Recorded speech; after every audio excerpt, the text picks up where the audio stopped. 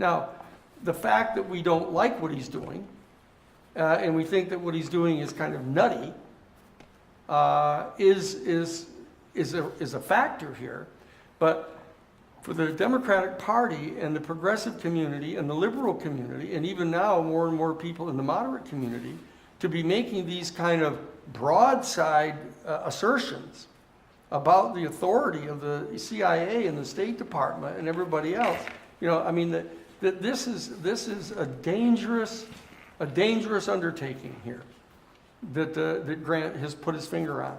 That this empowering of the national security state bureaucracies and the diminution of the authority of the president, who is actually the person that pre-existed the intelligence communities that were created theoretically to assist the president in his foreign policy activities. But at the same time, though, like, if we don't act upon this constitutional crisis of him, like, not letting the legislative branch do its constitutional duty, then we face another egregious, like, overstepping of power from the executive. So this seems like right now, like, the three branches of government are really kind of like pulling at each other for control. Yep. And I guess one might argue, such as us, I mean, with the Jesuit headquarters for 10 years, and for the head of the Christic Institute for 20 years, and the head of the Romero Institute now for another 15 years, I'm a great believer in taking power away from the executive, taking power away from the Central Intelligence Agency, not authorizing them to engage in covert operations like this. And so that what we're seeing here is this peculiar enlistment of people in the progressive community that are basically supporting activities that we feel inclined to champion. We feel inclined to say, Brennan, go get this guy. Get this guy out of here. He's a nutcase. Here, Comey. I mean, Comey's basically kind of a decent guy. Let's all go cheering for Comey, who did this horrendous thing to Hillary Clinton on the eve of the election, coming out and announcing that he was reopening the investigation against her. And there was a lot of new evidence that we had to look into. There's a whole other bunch of emails that we hadn't seen before. And so that what's happening now is that the worst, well, some people would say the worst of all possible worlds is that what's happening is chaos is being sowed here. The normal partnerships and the normal adversaries are all getting mushed together here. And so that you've got a genuine crisis on your hands here, because the systems that have been put in place to try to have things run smoothly are all now being knocked up into the air and blown up here. And that is what is being asserted Russia is up to. That what Russia is doing is basically fragging us, as they say. It's an old term from the Vietnam War. They're basically rolling grenades into our political tent and blowing up the normal procedures. Now, there is a very specific progressive argument that that's great, because look what they were doing before. So that, like, if in fact Hillary Clinton had been elected, she would have continued to try to encircle Russia and put missiles into all of the republics and make them all part of NATO, and be jamming, the tail of Russia like mad. Meeting with, Goldman Sachs and putting people from Goldman Sachs in charge of the economy after they'd already blown it in 2008. She'd be, rattling rockets, at Iran, so that this argument, and these are things that I'm throwing out because I'm going to talk with you about your paper topics here, because I don't want you to just undertake some kind of simple, as I said, regurgitation of one or another things that we've talked about, but to think about these things, that this progressive argument that the United States, since the end of the Cold War, since Gorbachev came forward and agreed to step back away from the long 75-year Cold War and to begin to unilaterally disassemble the warheads of the Soviet Union. In the United States, Defense Department comes rushing forward with that first draft of the 1992 United States Defense Department Policy Planning Guidance document, calling for a dramatic increase in the U.S. military budget and to be able to establish full spectrum dominance over the entire world for the purpose of maintaining our continued privileged access to the natural resources of the world that we wanted to have for our corporations. I mean, that's what this progressive argument is, that's what we were up to. And left undisturbed, that's what we would have continued doing. Okay, and so now, even though he isn't doing it with any kind of insight, Trump is basically throwing all of that up in the air. And he's basically disrupting numerous systems that have been in place that all redounded to the imperial benefit of the United States, in the ruling class in the United States. That we were going along at this kind of petty pace of, allowing more black people into the elite circles, allowing more and more Hispanic people to come in immigration to work in our fields and pick our strawberries, and that all of that stuff. And that's going to be the basic theme of Joe Biden's campaign. Let's get back to normal. Let's get back to normal. And let's not make the reckless mistake on the part of the progressive wing of the Democratic Party of criticizing normal. Because look what the alternative is here. The alternative is chaos. And the alternative is having morons like Trump get elected. So let's all band together, let's all get behind Joe Biden, and let's get back to normal. That's going to be their pitch. Okay? And so that this crisis that has been identified by Jerry Nadler is more than just a confrontation between the Congress and the executive branch. Because the Congress has been going along for 75 years with giving more and more power to the executive branch. Because the executive branch has been very instrumental in achieving the imperial ambitions of the major corporations in the country. And now that they've just taken the extra step of stepping over into having the United States Supreme Court authorize the direct funding of our elections by corporations, they're all, the Democrats and Republicans the Democrats weren't terribly upset about that because they're getting almost as much money from the corporations as the Republicans are. And so that we're at a state here where I want to enlist your intellectual capacities to start thinking about what's going on here. And all of this is in the context of global climate change. Here are 2,500 scientists from around the world telling us every single week about how things are worse than they thought the week before. And that we're having chaos getting ready to descend upon us.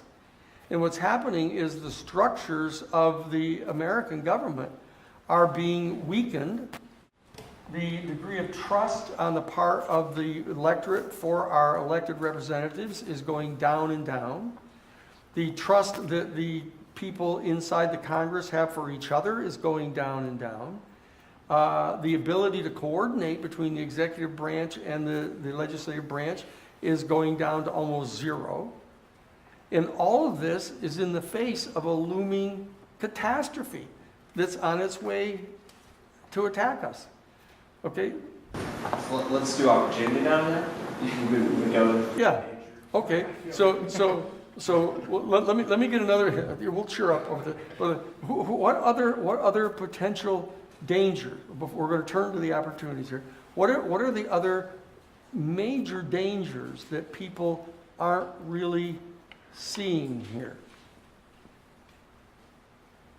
I can see the danger of people losing more confidence in our government type of thing, where it's just like, look at this, look what's happening now. It's like, it's a shit show type of thing. And that's I feel like that's a problem. One of the main problems in, like with the government type of thing is that a lot of people don't believe in it anymore. It's just like, you know what, it's just like. That's the other big one. Yeah, the American people will lose confidence in the legitimacy of the entire democratic enterprise. That's, I mean, with everything said about the imperial activities of the United States and the racist stuff in their government and everything else, the fact is that there's an extraordinary concept here in North America where they're pretending, at least, and teaching people in their public schools the importance of democratic processes. To the point where there is a possibility, and this is where we're getting to the opportunities here, of having genuine democracy, and genuine representative democracy with representatives that you can trust, etc. But if in fact the people see this type of a display going on, that they're very likely to lose all confidence in their representatives. In that it will infect not only the national government, but state governments, local governments, and everything. Everybody will assume they're all a bunch of incompetent mentists, or crooks or criminals or self-dealing people, and that they don't have any good faith interest in the public interest, and that's the third big danger that's here that each of you have discerned. Here. Now, let's shift over and take a look at what opportunity there is here in this particular crisis. So, what is the first major obvious opportunity that exists here because of this crisis? Come on, King, let's be optimistic here. Kind of the destruction of the old order and way of doing things presents the opportunity to start a new order. The destruction of the old order, okay? The destruction of the old order that is imperialist, is racist, is misogynist, homophobic, and you can go on, and capitalist, dare we say, and unjust in profound ways, okay? And that all of the efforts that have been being made at these kind of incremental fixes to the system have been demonstrated over and over and over again not to be sufficient. Even unto the fact that you can't rein in the oil corporations that are killing the world. The particular system that we've got put together here is incapable of stopping them. Okay? So that's a very big one. And what is the flip side of the destruction of the old order? It is the potential for a genuine progressive order to ascend into place. And that you've got somebody, for example, like Bernie Sanders, that's been in the House of Representatives and in the United States Senate for decades, elucidating these different proffers that he has made of different kinds of programs that could be done, that are not that revolutionary, even though he refers to it as our revolution, to actually expand the public education from beyond 12 years in the high school into an additional 2 years to get an associate degree, or an additional 4 years to get a college degree, and to open up the graduate schools for people independent of the wealth of their parents, is an extraordinary opportunity for democracy itself. Because it is true, in order to really help run a democracy, you need to have a modicum of education. a modicum of ability to write and communicate, to research things and look through information and call out what's important, and even to maintain a representative democracy. That was the part that Hamilton kept insisting that it's only these representatives that need to govern. You can't really have the great unwashed participating directly in decision making. You have to have this elite set of representatives. The fact is, it's possible to have genuine representatives who represent the constituency of their people and who listen to their people and who play an important leadership role that can help educate their constituents who don't have enough time to spend paying attention to this. Now with the access to all of the new streaming videos and everything, a representative could spend a lot more time adequately educating her or his constituents about issues and soliciting their position on how they ought to vote on things with the new technology that's available and this body blow potentially to the old order. It presents a golden opportunity for a responsible, progressive community to rise up into the fore here. And that we do see some of that happening. And we saw it happening even in the 2016 election, in the primary campaign with Bernie Sanders. And now we see even though they're not aware of it right yet, we see 20 plus Democratic Party leaders pushing themselves forward as potential leadership in this new, more progressive incarnation of our country. And if they could only get together and make a decision, for example, who's going to be president, who's going to be vice president, who's going to be secretary of the Treasury, who's going to be secretary of defense, what does our budget look like, what is our environmental law going to be, what kind of a Green New Deal, if any, are we going to have. If they would step back from confronting each other and trying to pull each other down, which they haven't gotten into too much yet, but if they can refrain from pulling each other down from the pedestal in order to try to pull themselves up, and can join in coalition to take advantage not only of this extraordinary crisis constitutionally, but to address this incredible crisis environmentally that they all acknowledge is coming down on us now. If they could say, look at new rules, right? New rules, we don't fight each other. We all join together and form a new administration so that we're the government in waiting. We're the government in waiting. And this is what it looks like, and this is what our budget looks like, and this is what our cabinet members look like. That's the kind of opportunity that we have here that is being presented by this particular crisis. So it's not just the tumbling of the old order that is highly potentiated here, but it's the rising into the fore of a genuinely responsible, progressive alternative. Yeah, that sounds nice, but just the polling shows that Joe Biden is in the lead.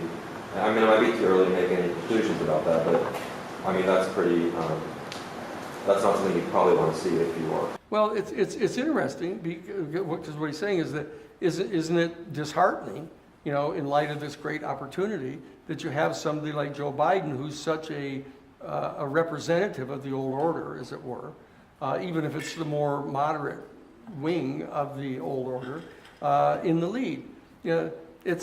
I think, in fact, if he weren't, you should be worried, because it's perfectly obvious that the regular Democratic Party machinery is going to be supporting him as the more moderate representative, and he's going to be right out there, and so that the rest of the people need to figure out how they can critique someone who is making proposals that are not adequately progressive to actually solve the problems, as distinct from just potentially more effectively addressing them.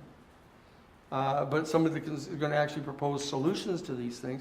And so it gives them an opportunity to talk about this inside the Democratic Party electorate out on the hustings, you know, without having to just savage, Trump all day long, you know, because that'll wear thin over the next, 18 months or so. Even though the hearings that are going to be going on in Congress, whether they're under the auspices of impeachment or just let's get more information, that's going to be doing a lot of that work on Trump and his people. What we have to learn, what we have to see here is whether or not the progressive community among our citizens is in fact mature enough to govern. Not just to critique, not just to criticize, not just to condemn, not just to throw up one particular policy, and then flag that to death, but to have an entire panoply of rules and regulations and laws that they're willing to stand by in some collective manner so that they share power. That's the opportunity that we have here. What about some of these like pretty difficult to solve problems, like the crisis on the border? Like, do you think that like Trump is going to be able to weaponize that more so and say like they don't have any solutions? Because at the end of the day, solutions to this kind of mass migration we're seeing are incredibly complex, and who's to say if there even are any? So the question that you're really raising is the progressive community capable of solving these complex problems? I believe it's not sufficient to simply say that they're at least as capable as the reactionaries, but that's no answer. The question is whether they're really capable of doing this, and that what we've got to do is we've been through this. The boomers have been through this, that you've got to get over your adolescence. Our baby boom generation has had the most protracted adolescence of any generation in the history of the world. We're all still smoking dope and getting laid and partying, while the world burns around too many people. Present company excluded, and the rest of the boomers here, who are all solid, upstanding citizens. But the bottom line is, the question is whether or not we're going to step up and realize this opportunity to actually solve these problems. And the real challenge is that it may be true that requires compromise. And it's one of the things that the progressive community and our baby boom generation has been want to do. Is say, I'm not going to get into, compromising. This is the clear right thing to do. This is the principled thing to do. And why should I compromise with you, you craven capitalist of some sort? And so the question is whether or not it's going to be necessary to compromise. If it is, how are we going to learn the skills to compromise in a way that isn't fatal to the principle that you're attempting to maintain here? And how do we organize ourselves to collectively compromise like that without having someone to your left drive a dagger into your back for you, being some running lapdog of capitalism, and so that we've got to be able to take this opportunity. We're going to have about 18 months here to do this, that we have to be able to take this opportunity to step up, learn how to responsibly dialogue with each other, learn how to trust each other, learn how to conduct yourself so you merit trust. Okay? And a lot of this has to be done by your generation. You guys, the millennials, have to participate in this. And I think that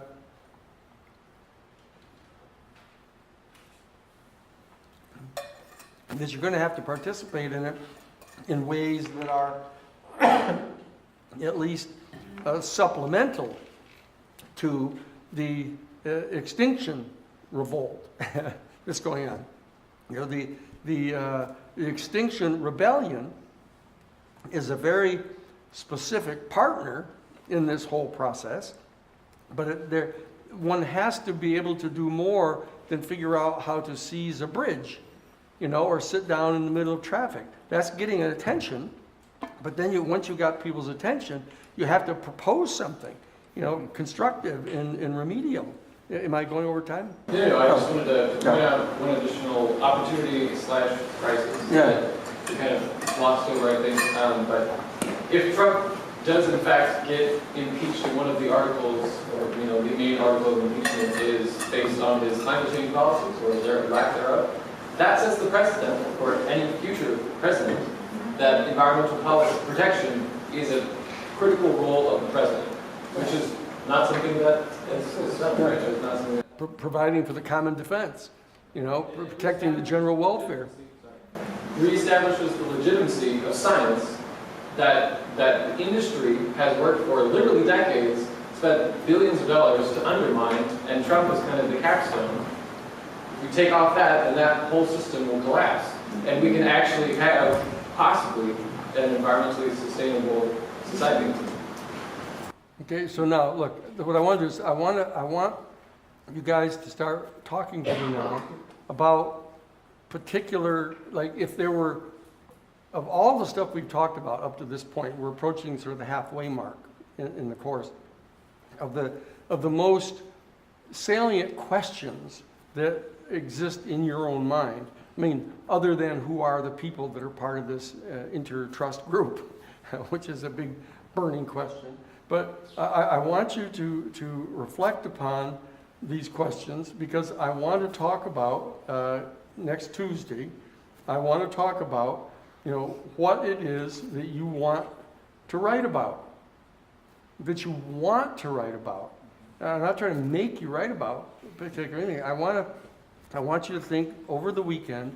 I want you to think about what you really want to write about. It's not to say that none of the three potential things that we put out right at the beginning aren't good candidates, but I would like to have 33 different papers. Not everybody writing about what's the role of the media in not educating people adequately on global climate change. Not that you didn't have sterling papers on that, but I want you each to think about what it is you want to answer, what you want to do research on, and not just just look at the notes of things that we have said already. Because what I'm trying to do is put out a whole bunch of particular information to you, simply to get you to work from that point forward. To think about what it is that you want to look into, to be able to start this process of doing some real contribution to your generation and to the whole human family, to deal with these issues that are a mix of constitutional crisis and environmental crisis. Okay? So let's do that. Let's do that next Tuesday. We will come with a particular issue you want to write about, and we'll talk about it. And we want to do it all among ourselves so that it can help trigger ideas that other folks might have similar to that. Okay?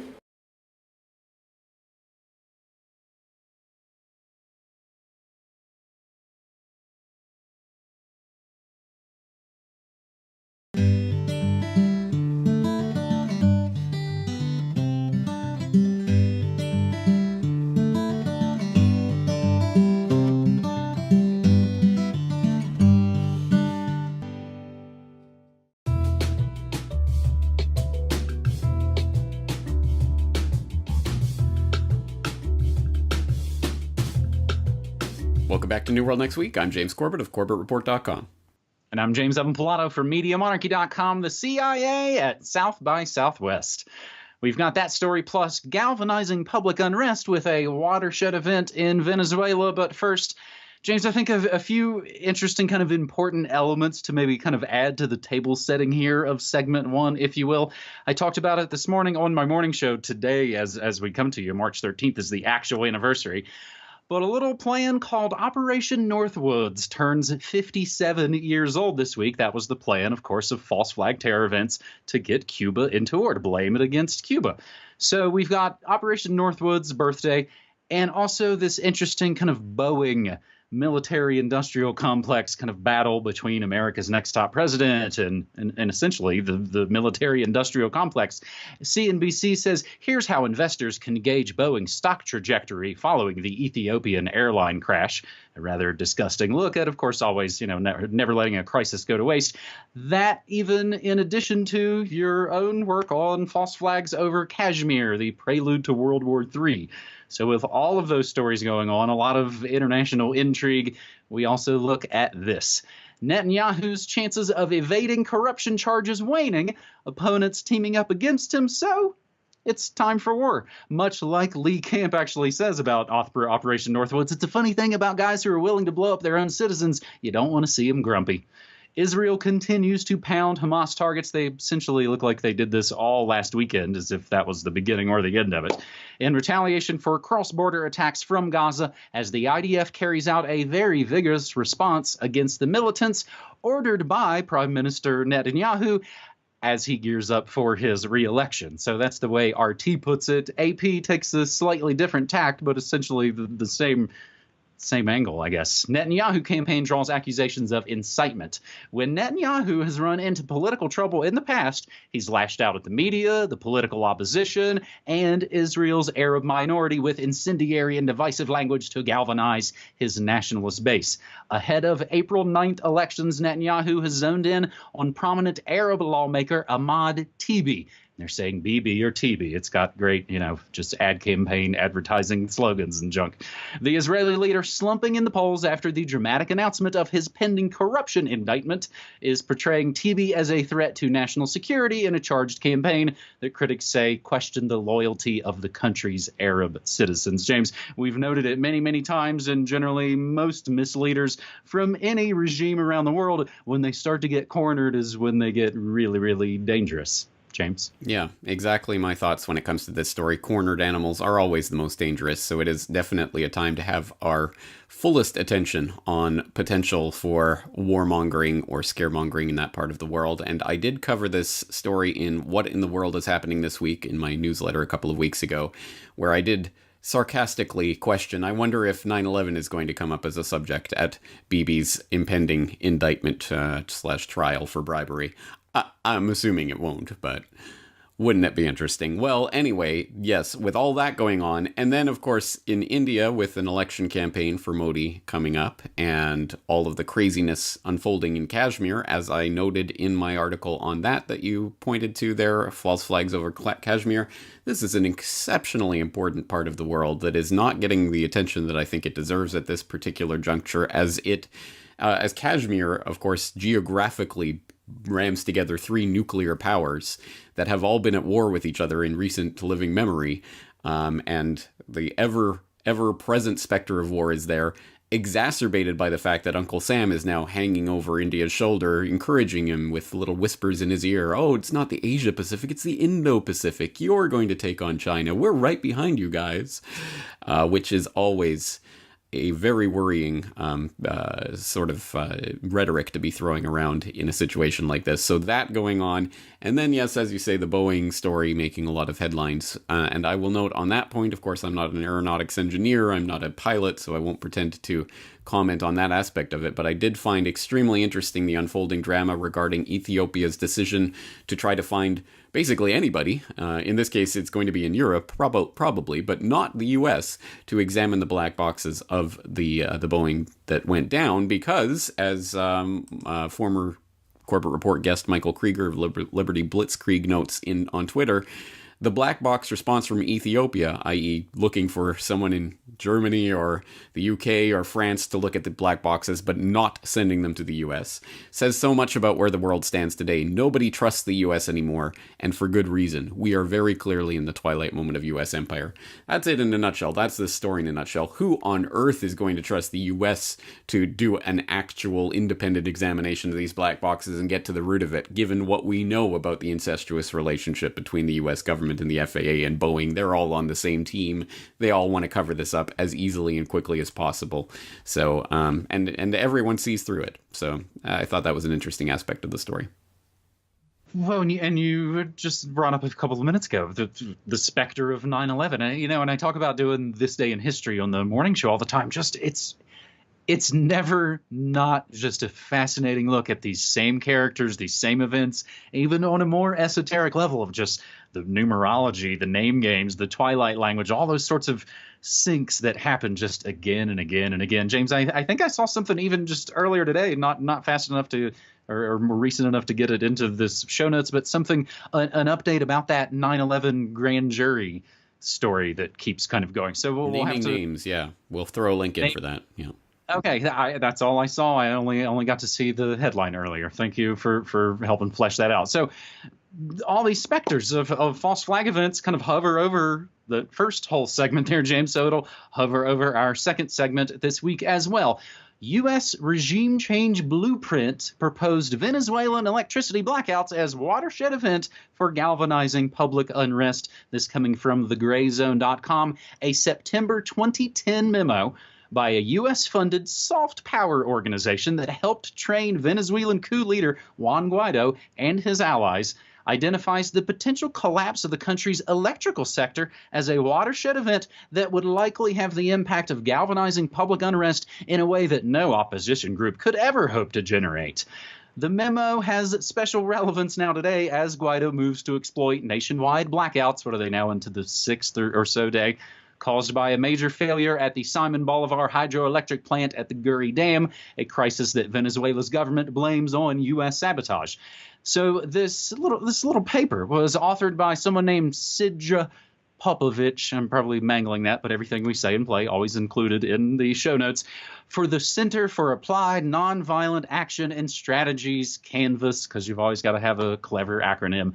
They're a Belgrade-based democracy promotion organization funded by the U.S. government that's trained thousands of U.S.-aligned youth activists in countries where the West seeks regime change. This group reportedly hosted Juan Guaido and the key leaders of his Popular Will Party for a series of training sessions, fashioning them into a Generation 2007 determined to foment resistance to then-President Hugo Chavez and sabotage his plans to implement 21st century socialism in Venezuela. James, so this goes back. This is a 2010 memo, September 23rd, 2010 to be precise.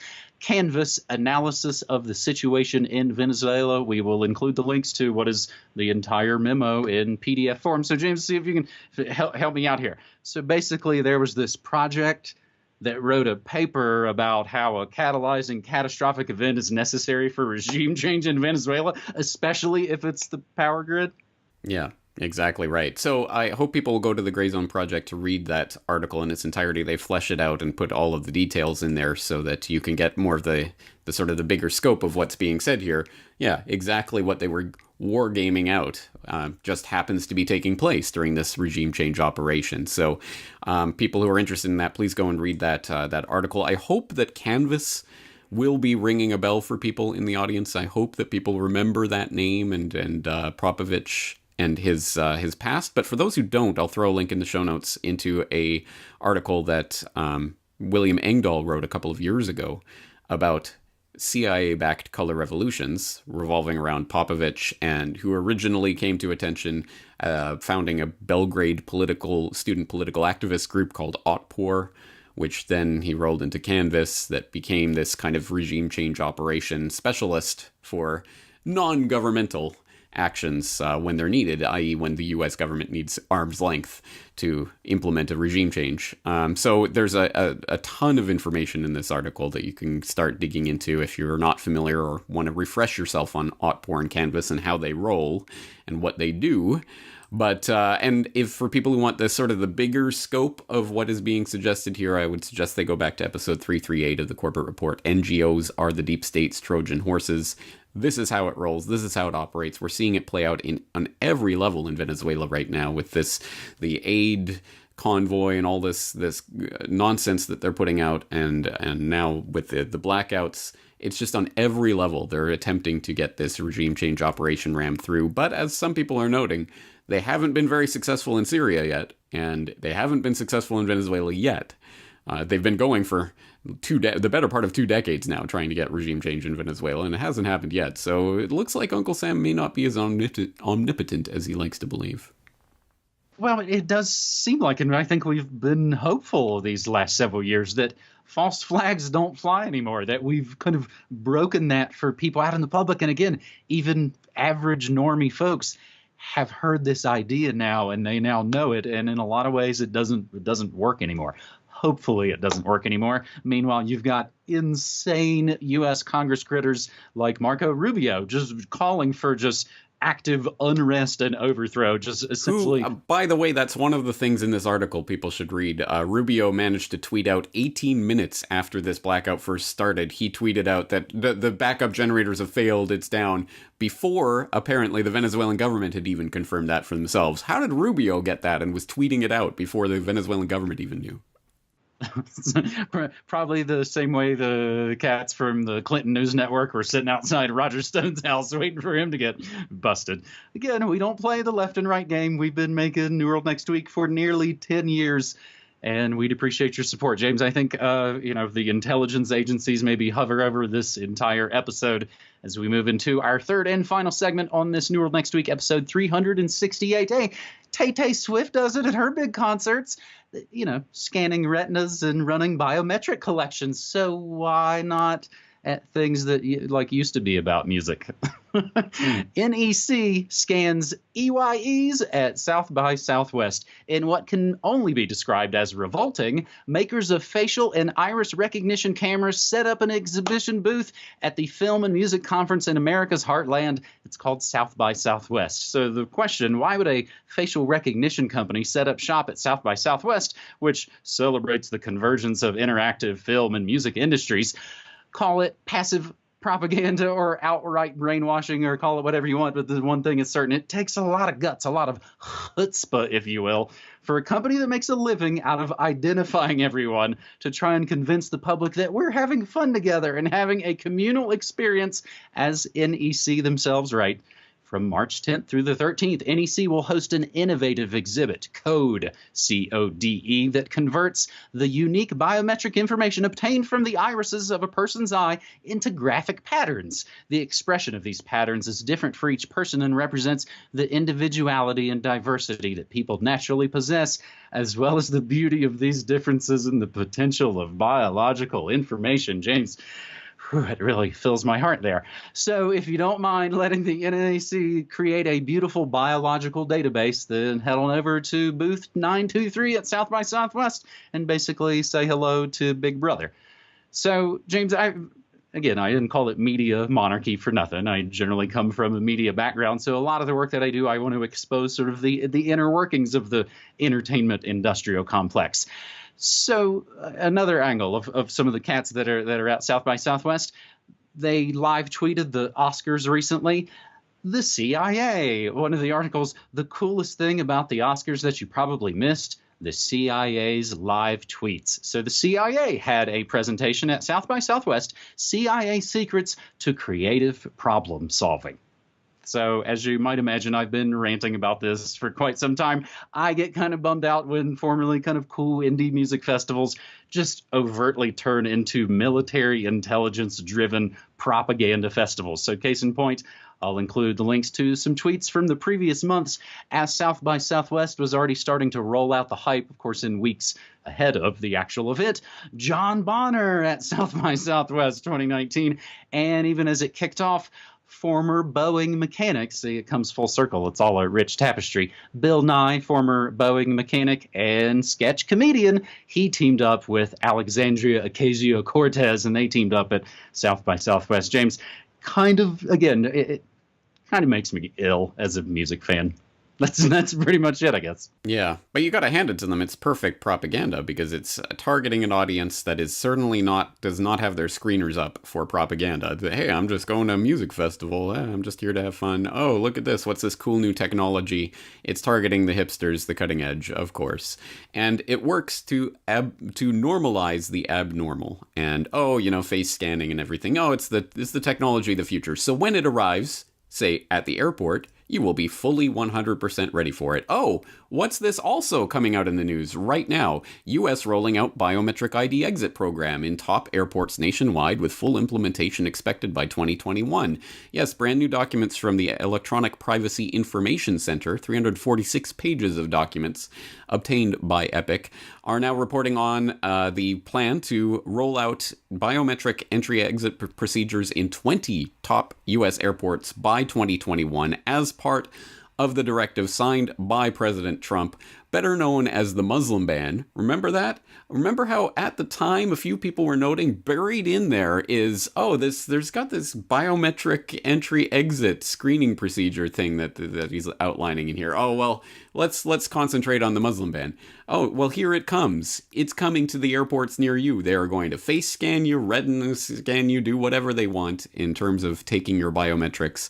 That's going to be the new entry-exit procedures of the future, and you'll be ready for it because you went to South by Southwest and saw this cool new technology that we're rolling out there. So, James, to maybe smash together all these things I love and hate all into one, I am actually heading out next week to a different music festival. I actually have Media Monarchy press passes to go to something called Tree Fort up in Boise, and it is actually a music festival. There'll also be comedians there and some film and actually an ale fort, and generally speaking, not a bunch of creepy CIA contractors and things there. Let's hope I'm basically getting in on the ground floor before it turns into some other giant event. Yes, I will have to fly there as well. I actually, for better or worse, the little tiny airport down here in Santa Fe is actually really small and doesn't really have much of any big technology. The push coming, of course, hey, you guys, if it's going to be a growing city, you're going to have to install all these new great things because all the people, all the hipsters from Portland are all moving here. You're going to have to up the technology. So, James, actually, for any folks that are in Idaho or in the Boise area, Media Monarchy will be at the Tree Fort Music Festival next week. So that deprogramming note, we will not be on the air for another Neural next week. I'm sorry, that kind of makes it to basically, I think we can get 2 Neural next weeks put on in the month of March. I hope.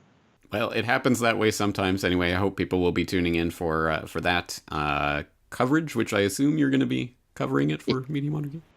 Yeah. Okay. Yeah, actually, and I've even got a friend as well who he'll have a pass as well. So there'll be 2 of us running around and talking to bands, and awesome. We'll see how it goes. We'll see if we run into lots of places where it's like, oh, you're that weird news guy that's always tweeting about me. We'll see if any of that happens. We'll see if your reputation precedes you. Well, at any rate, we will be back in a couple of weeks, so I hope people will stay tuned for that. James, thanks for the stories today. Thanks so much, buddy. Take care.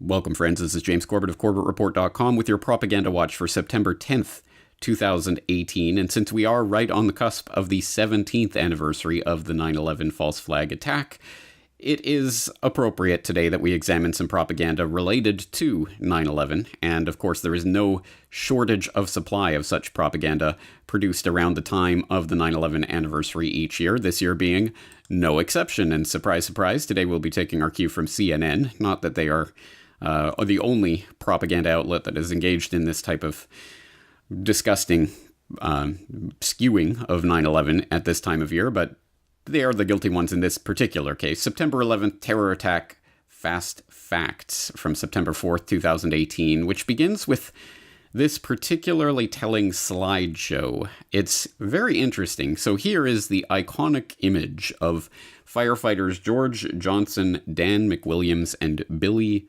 Eisengrein raising a flag at Ground Zero in New York after the terror attacks on September 11, 2001. The scene was immortalized by photographer Thomas E. Franklin. The image has been widely reproduced in the decade since it was first published. And so there you go. There's, of course, the iconic propaganda image from 9/11, the firefighters raising the flag in the rubble of at Ground Zero, which, as they say, becomes this iconic image reproduced, for example, on page 32 of the Record on September 12th, 2001 in New Jersey. And then on The Sun, for example, and Newsweek, and number of other outlets, and then it became so iconic that they actually restaged the scene at the World Series that year, involving, I think these are just random firemen, I don't think those are the actual, but anyway, restaging the scene for the onlookers at the World Series baseball game.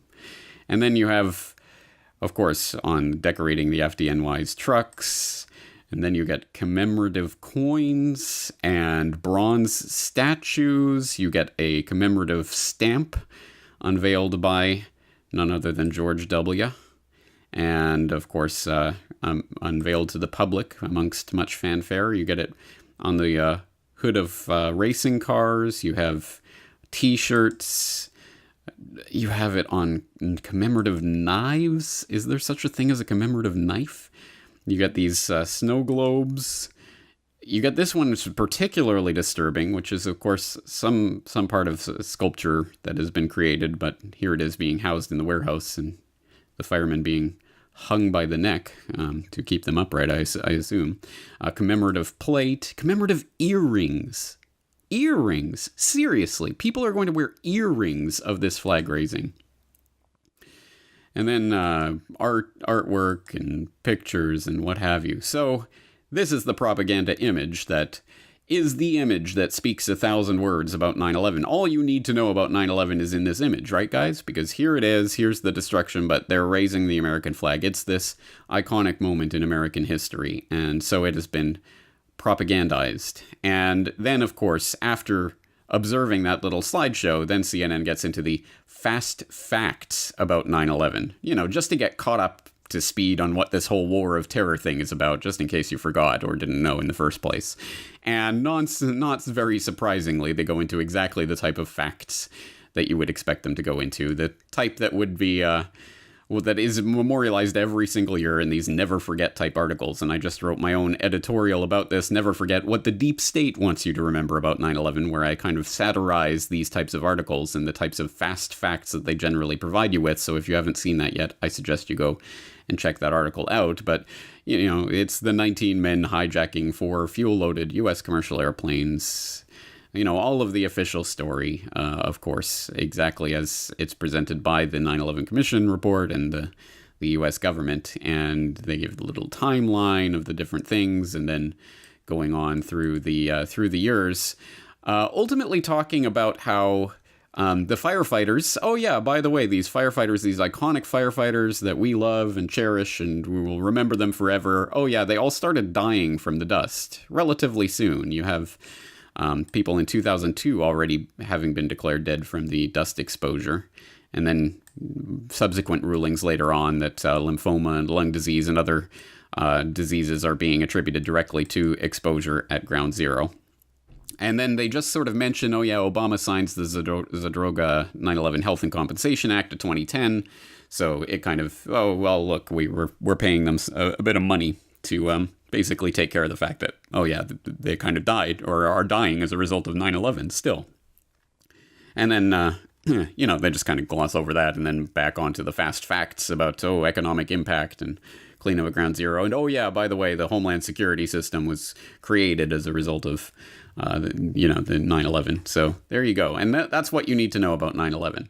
Now, obviously, again, that's not what you need to know about 9/11, but it's especially galling that they talk about, oh yeah, and people are dying of the dust, and but don't worry, the governments came in to save the day with this Zadroga Health Act and take care of these firefighters, basically. I mean, yeah, they're going to die, but at least they'll have some good medical treatment while they do, right? Well, that's probably not even true in and of itself, but of course, the excluded part of all of this is what I mentioned in last week's New World Next Week. Christine Todd Whitman and the EPA and the U.S. government knowingly, deliberately lying to all of the people who rushed into ground zero to basically kill them. Not just killing the people on the day, but killing people for years and years afterwards. If the brave men and women who had rushed to the World Trade Center in the chaotic days after 9/11 to help with the search and rescue had done so knowing the risks they were facing, that would be one thing. But of course they did not. They had been given false assurances by Christine Todd Whitman, the EPA administrator who assured the public just days into the cleanup that the air was safe to breathe. You know asbestos was in there, is in those buildings, lead is in those buildings. There are the VOCs. However, the concentrations are such that they don't pose a health hazard. Yes, they don't pose a health hazard. And of course, that wasn't the only statement.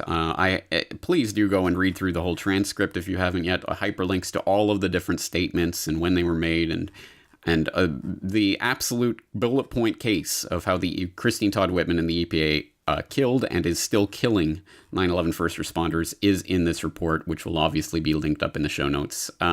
Truly horrific. And of course, that is not the type of fast fact you're going to get from CNN about this.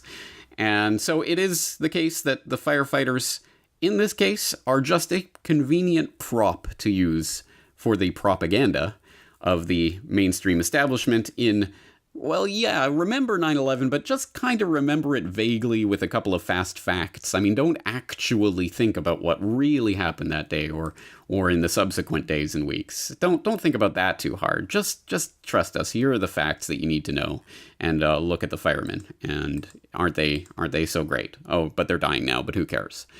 And on that note, for people who do check out the Never Forget article that I just recently wrote satirizing this type of piece, we had Corbett Report user SC Pat commenting, nice piece, James. You covered so many important points. As part of the Never Forget the government-approved official 9/11 narrative articles referenced, the emotion I think they are intended to evoke is a swelling pride of patriotism. And then he points to a particular picture of a firefighter crying while nuzzling an American flag.